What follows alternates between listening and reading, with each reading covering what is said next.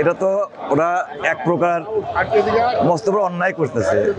যেহেতু এখানে সর্বোচ্চ আদালত এবং নির্বাচন কমিশনার ওনাকে রায় দিয়েছে, বসার জন্য আহ্বান জানাচ্ছে, কিন্তু একটা চক্র ষড়যন্ত্রমূলক ব্যবহার করে আমাদের জনসেবামূলক কাজ থেকে বিচ্ছিন্ন করে রাখছে। এখানে পুরো দক্ষিণ সিটি কর্পোরেশনের জনগণ অত্যন্ত ভোগান্তির মধ্যে আছে। জিনিসটা কিন্তু সহজ সরল।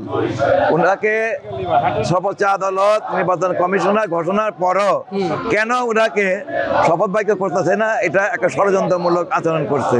আমরা অতি বিলম্বে আহ্বান করব সরকারের কাছে, এটার জন্য জনগণের দিকে তাকে ঢাকা দক্ষিণে এই যে লক্ষ লক্ষ কোটি জনতা যে দুর্ভোগ ভোগ করছে সেবা থেকে এই শপথ বাক্য পাঠ করে এই দুরবস্থা থেকে ওনাকে ঢাকাবাসীকে মুক্ত দেওয়া উচিত। ওয়ালটন আবারও মিলিনিয়ার অফারে ওয়ালটন ফ্রিজ কিনে আপনিও হয়ে যেতে পারেন মিলিয়নিয়ার। মিলিনিয়ার ছড়াছড়ি দেশ জুড়ে, এটা শুধু ওয়ালটেনই পারে। রাস্তাঘাটে যে উন্নয়নমূলক কাজগুলো বন্ধ আছে, পরিচ্ছন্ন কাজগুলো অনেক এলাকা বন্ধ আছে। মানুষের যেমন আপনাকে সার্টিফিকেট করে নিতে পারছে না, জন্ম নিবন্ধন নিয়ে দিতে পারছেন না। এই কর্পোরেশন বন্ধ খাতিরে মহানগরে জনগণ অনেক দুর্ভোগে আছে।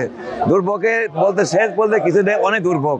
সিটি কর্পোরেশন তো জনগণের 24 ঘন্টা সেবা বলে কাজ করে। এই প্রতিষ্ঠান যদি বন্ধ থাকে মানুষের দুর্ভোগের সীমাহীন হয়ে গেছে। এখন আমি মনে করি আমরা জনগণ, আমরা দক্ষিণের জনগণ মনে করি একটা ষড়যন্ত্র মূলক একটা প্রতিহিংসা বশবর্তী হয়ে এই ঘটনা ঘটাচ্ছে, কিন্তু মাঝখানে সাধারণ জনগণ কষ্ট পাচ্ছে। আমরা চাই আবার এই জনগণের পক্ষ থেকে অতি বিলম্বে ওনাকে শপথ বাক্য পাঠ করানো হোক এবং ওনার কাজ ওনাকে করা দেওয়া হোক।